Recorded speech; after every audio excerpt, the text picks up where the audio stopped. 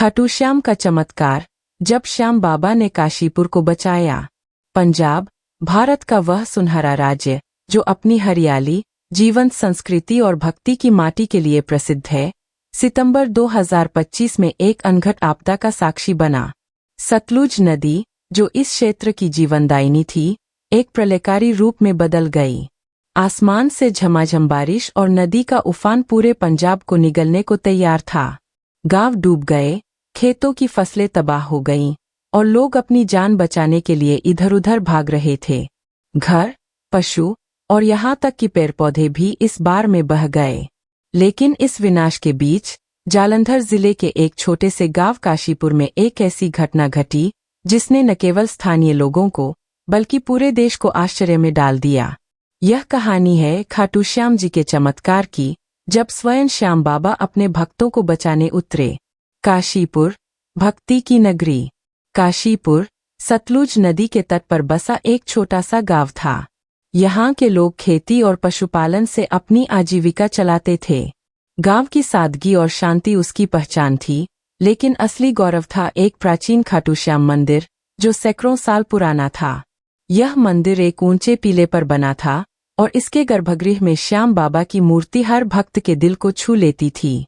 मंदिर के पुजारी पंडित गोपाल शर्मा एक साधारण कदकाठी के 60 वर्षीय व्यक्ति थे, जिनके सफेद दाढ़ी और गहरी भूरी आंखों में भक्ति की चमक थी। गोपाल शर्मा हर सुबह और शाम श्याम बाबा की पूजा करते। वे मूर्ति को चंदन और फूल चढ़ाते, दीप जलाते और श्याम श्याम का भजन गाते। उनकी भक्ति की कहानियां गांव में मशहूर थीं। कुछ लोग कहते थे कि जब गोपाल पूजा करते, मंदिर में एक अनोखी शांति छा जाती थी। कुछ बुजुर्गों का दावा था कि रात में मंदिर से नीली रोशनी निकलती थी। गोपाल का मानना था कि श्याम बाबा हर संकट में अपने भक्तों के साथ होते हैं। उनकी यह भक्ति उस रात का आधार बनी जब काशीपुर ने एक चमत्कार देखा। प्रलय का प्रकोप। सितंबर 2025 की शुरुआत में मौसम ने अचानक पलटी मारी। मौसम विभाग ने भारी बारिश की चेतावनी दी थी, लेकिन कोई नहीं जानता था कि यह बारिश इतनी भयंकर होगी। पहले दिन बारिश हल्की लगी, लेकिन दूसरे दिन आसमान जैसे टूट पड़ा। सतलुज नदी, जो गांव की जीवन रेखा थी, अब मृत्यु का नृत्य करने लगी। नदी का पानी गांव की गलियों में घुस आया। घर, स्कूल और खेत सब डूब गए। लोग छतों पर चढ़ गए, कुछ पेड़ों पर लटके और कुछ पानी के तेज बहाव में बह गए। गांव में हाहाकार मच गया। बच्चे रो रहे थे, बुजुर्ग प्रार्थना कर रहे थे और युवा अपने परिवार को बचाने में जुटे थे। गोपाल शर्मा ने गांव वालों को मंदिर में शरण लेने को कहा। मंदिर ऊंचे टीले पर था, इसलिए पानी अभी वहां नहीं पहुंचा था। करीब 250 लोग, बच्चे, बूढ़े और जवान मंदिर में इकट्ठा हो गए। बाहर पानी का स्तर बढ़ता जा रहा था और बादल अभी भी गरज रहे थे। डर और अनिश्चितता ने हर किसी को जकड़ लिया था। भक्ति की ताकत। गोपाल शर्मा ने सभी को हौसला दिया। उनकी आवाज में अटल विश्वास था। उन्होंने कहा, घबराओ मत, श्याम बाबा हमारी रक्षा करेंगे। अगर हम उन पर भरोसा रखें तो कोई ताकत हमें हरा नहीं सकती। उनकी बातों ने लोगों में थोड़ी उम्मीद जगाई, लेकिन डर अभी भी हावी था। बाहर पानी मंदिर की सीढ़ियों तक पहुंच चुका था और मंदिर का आंगन डूबने लगा था। उस रात, जब बारिश अपने चरम पर थी, गोपाल ने मंदिर में एक विशेष पूजा शुरू की। उन्होंने श्याम बाबा की मूर्ति को गंगाजल से स्नान कराया, फूल और चंदन चढ़ाए और श्याम श्याम का भजन शुरू किया। उनकी आवाज मंदिर में गूंज रही थी और धीरे धीरे गांव वाले भी भजन में शामिल हो गए।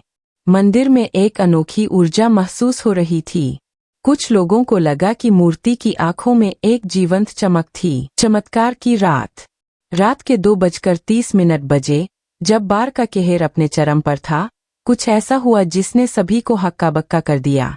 मंदिर के बाहर, जहां पानी का तेज बहाव था, अचानक एक तेज नीली रोशनी चमकी। यह रोशनी इतनी प्रबल थी कि रात में दिन जैसा उजाला हो गया। गांव वालों ने खिड़कियों से बाहर देखा और जो देखा उससे उनके होश उड़ गए। पानी के बीच एक विशाल आकृति प्रकट हुई। यह आकृति नीले वस्त्रों में थी, हाथ में एक चमकता हुआ सुदर्शन चक्र और सिर पर मोरपंख का मुकुट चमक रहा था। कुछ लोगों को लगा कि यह भ्रम है, लेकिन गोपाल ने जोर से कहा, यह स्वयं खाटू श्याम जी है। उन्होंने हमारी पुकार सुन ली। इसके बाद जो हुआ वह किसी चमत्कार से कम नहीं था। पानी, जो मंदिर की सीढ़ियों तक पहुंच गया था, अचानक रुक गया। ऐसा लगा जैसे कोई अदृश्य शक्ति पानी को रोक रही हो। गांव वालों ने देखा कि पानी मंदिर की ओर बढ़ने के बजाय दूसरी दिशा में बहने लगा। यह असंभव था, क्योंकि मंदिर नीचे की ओर था और पानी हमेशा नीचे की ओर बहता है। लेकिन उस रात प्रकृति के नियम टूटते दिखे। गोपाल शर्मा मंदिर के दरवाजे खोलकर बाहर निकले। गांव वाले डर रहे थे, लेकिन उनकी आंखों में भी उम्मीद जाग रही थी। बाहर पानी के बीच वह विशाल आकृति अब और साफ दिख रही थी। यह कोई और नहीं, स्वयं खाटू श्याम जी थे। उनके सुदर्शन चक्र से नीली रोशनी निकल रही थी, जो पानी को 2 हिस्सों में बांट रही थी। गोपाल ने हाथ जोड़कर प्रणाम किया और कहा, हे श्याम बाबा, आपने अपने भक्तों की पुकार सुन ली। हमें इस संकट से बचाइए। तभी एक गहरी, मधुर आवाज गूंजी। यह आवाज इतनी शक्तिशाली थी कि सभी के शरीर में कंपन होने लगा। आवाज ने कहा, मेरे भक्त, तुम्हारी सच्ची भक्ति ने मुझे यहाँ बुलाया है। डरो मत, तुम्हारी रक्षा होगी। इसके बाद आकृति ने सुदर्शन चक्र को जमीन पर ठोका। जैसे ही चक्र जमीन से टकराया, एक तेज धमाका हुआ और पानी का बहाव पूरी तरह बदल गया। सतलुज नदी, जो गांव को डुबो रही थी, अब गांव से दूर बहने लगी। गांव के चारों ओर एक अदृश्य सुरक्षा कवच बन गया। सुबह की रोशनी। सुबह होने तक बारिश थम गई थी। जब गांव वाले मंदिर से बाहर निकले तो उन्होंने देखा कि काशीपुर पूरी तरह सुरक्षित था। आसपास के गांव पानी में डूब गए थे, लेकिन काशीपुर में एक भी घर को नुकसान नहीं हुआ था। सतलुज नदी अब अपने पुराने रास्ते पर शांतिपूर्वक बह रही थी। मंदिर के बाहर, जहां सुदर्शन चक्र जमीन से टकराया था, वहां एक गहरा निशान बन गया था। उस निशान से एक छोटा सा झरना बह रहा था, जिसका पानी इतना शुद्ध था कि उसे पीने से बीमार लोग ठीक होने लगे। चमत्कार की गूंज। यह खबर पूरे क्षेत्र में फैल गई। आसपास के गांवों से लोग काशीपुर आने लगे। कुछ उस झरने का पानी लेने आए, तो कुछ उस सुदर्शन चक्र के निशान को देखने आए। मीडिया ने इस घटना को काशीपुर का श्याम चमत्कार नाम दिया। वैज्ञानिक इसे समझाने की कोशिश में जुट गए, लेकिन कोई इसका कारण नहीं बता सका। गांव वालों का विश्वास था कि यह श्याम बाबा का चमत्कार था। गोपाल शर्मा ने गांव वालों को इकट्ठा किया और कहा, श्याम बाबा ने हमें बचाया, लेकिन यह चमत्कार हमें सिखाता है कि हमें अपनी धरती और नदियों की रक्षा करनी होगी। उनकी बातों ने लोगों को प्रेरित किया। गांव वालों ने नदी की सफाई शुरू की, पेड़ लगाए और पर्यावरण की रक्षा के लिए कदम उठाए। आज भी जीवित है चमत्कार। आज भी काशीपुर में वह सुदर्शन चक्र का निशान और झरना मौजूद है।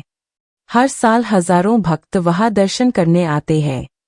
यह कहानी विश्वास, भक्ति और प्रकृति के साथ सामंजस्य की प्रेरणा बन गई है।